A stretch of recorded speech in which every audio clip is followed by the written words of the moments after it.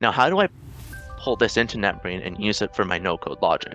Well, it's as simple as highlighting the entire table and clicking the Parse Table button NetBrain provides for me. And now you can see NetBrain's parsed the entire table into variables that now I can reference in my no-code logic. Ever find yourself racing against the clock to troubleshoot network issues? As network engineers, we felt this pressure firsthand. In this video series, we'll show you how you can automate anything, including complex network issues like OSPF, neighbor stability, and failover failure in 5 minutes or less. No coding required.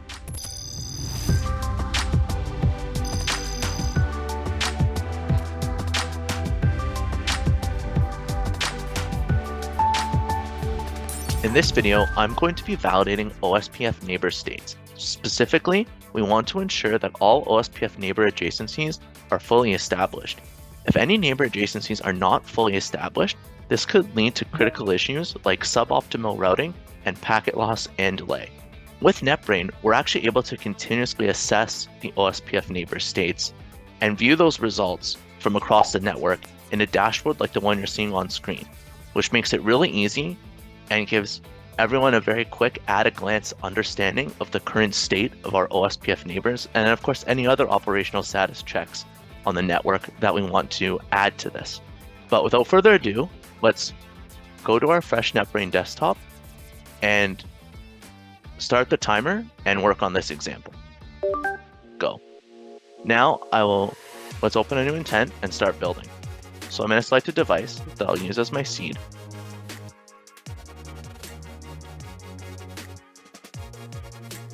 And we'll add it here to the automation. Now the next step, of course, is pulling in that output from the device, which is the most important piece. So what I'll do, without any code, I'm going to enter the command that I want to use to get the data, which is going to be show IP OSPF neighbor. And you see NetBrain runs the command live on the device, and I get the output. Now, how do I pull this into NetBrain and use it for my no-code logic? Well, it's as simple as highlighting the entire table and clicking the Parse Table button NetBrain provides for me. And now you can see NetBrain's parsed the entire table into variables that now I can reference in my no-code logic.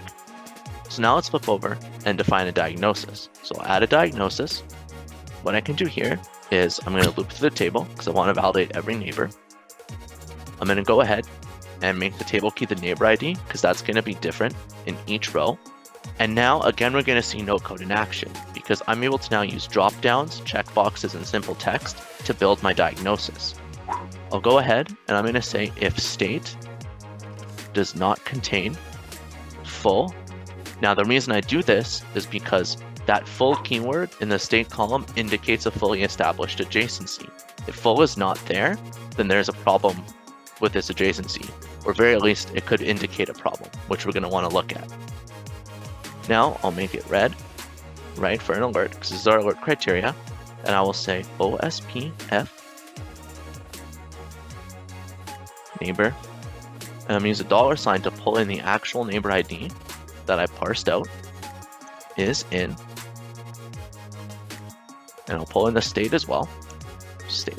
So now I have a nice detailed message that myself and any other engineers on my team can understand, especially if there's a problem. I'll add an else statement. That way I can put a green message to let me know that, certain OSPF neighbors are up. So OSPF neighbor is up. And I'll make that nice and simple. I could add more information if I want, but here I think we have a really great piece of logic. So I'll go ahead and I'll apply it. Now what I'll do is I'll close this. I'm going to give my intent a name. I'll call it OSPF up down. And I'll go ahead and save it. Now, once I've saved this automation, we're going to move on to the most important step, which is going to be replicating this. We want to replicate this to every device that runs OSPF and validate this across the network. So here I can turn it on as an intent template, and then I can use a wizard to have NetBrain's intelligence replicate this to all those devices. And I can do this in a couple ways. I could use an auto intent wizard to replicate it to be used on any map, or what I'm going to do here is use the intent replication wizard to replicate this to also be used as a continuous assessment. I'm gonna go ahead here and open the wizard, and we'll go through the wizard. So here it's identifying that seed automation I just built. Now I'm gonna create a new automation data table. Now this table is gonna store all of the replicated intents so that they can be easily referenced for things like continuous assessment or running on a map. And here I select a device group to build the table from. And here I have a device group with all my OSPF devices, there's about 20, and I will go ahead and save that. So we'll go to the next step. This is telling NetBrain what devices or what criteria a device needs to be able to replicate this automation, right, and support the automation. So here I'm just going to use that same device group because I only wanted to try to replicate to the devices that have OSPF. So I'm going to go ahead and go to next, and we'll save and replicate. And I'll open the output ADT here as well. So here we can see the table, and the replication is in process. We can see it at the bottom. And we'll just wait here a moment, and we should see our replicated intents. Phew! We managed to beat the clock. What an exhilarating automation adventure, and we're thrilled you joined us on it. Now, let's dive back in and take a look at the possible outcomes we can now achieve. The first outcome that we can do is regarding the dashboards. We can actually put this information into a dashboard and have it appear in a summary dashboard like I showed you at the beginning. The first step here I want to do is actually run all these automations once. That'll actually give us some data for our dashboard. Of course, I can also come in here and set this on a timer. Now to build that dashboard, it's as simple as going down to the bottom and creating a new intent dashboard. And I'll give this a name. I'll use our trusty name here, OSPF up down, and create. Now that dashboard is created. I can also right from here add it to a summary dashboard. So what I'll actually do is I will add this to our routing assessment dashboard in that same section so we can see the output.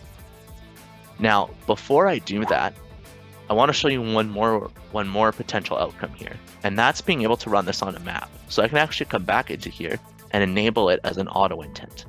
This will mean all of these intents can be run on top of a map. So let me go here and select a profile. I'll add it as an assessment, and we'll press OK.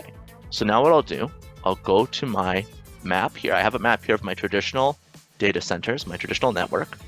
And if I go to the auto intent tab, and I go to my assessments profile, I'm gonna see that auto intent I created from the ADT, and you can see each intent for each device on the map that supports it. So I'll click here, and I'll replicate, and once that replicate is complete, I will go ahead and execute this on top of the map. And I'll just close that here for visibility. We can see that, I'll zoom in here, we replicated on the map, and every device on this map that has OSPF, we can see the neighbors, and that all of those neighbors are up. Now, of course, if there was a problem, we'd have that red message telling us something was not right. In this case, really happy to report that all of those OSPF neighbor adjacencies are fully established. So let's end this off here and jump back to that dashboard. So if I go ahead and refresh this dashboard, what we're going to see here is another row with the results from those automations I just ran on demand. We can see that row has appeared here. Don't quite have the result just yet, probably because it's still taking a bit to run.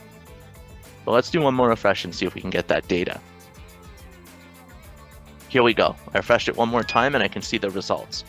And just like that, in this one row, I can understand the automation results across my entire network.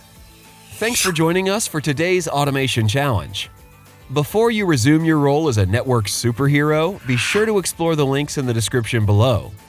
If you're ready to see how NetBrain can solve your network operations challenges, schedule a customized demo with an engineer who truly understands your concerns. For our existing NetBrain users looking to level up their automation game, don't miss out on our upcoming 2-day power user trainings. These instructor-led courses are free for all our customers and are offered live at multiple locations and dates. And if you're just starting out with NetBrain, no problem. Take advantage of NetBrain University's free training resources, which include the Class Lab, a live playground where you can test, build, automate, and explore NetBrain to your heart's content.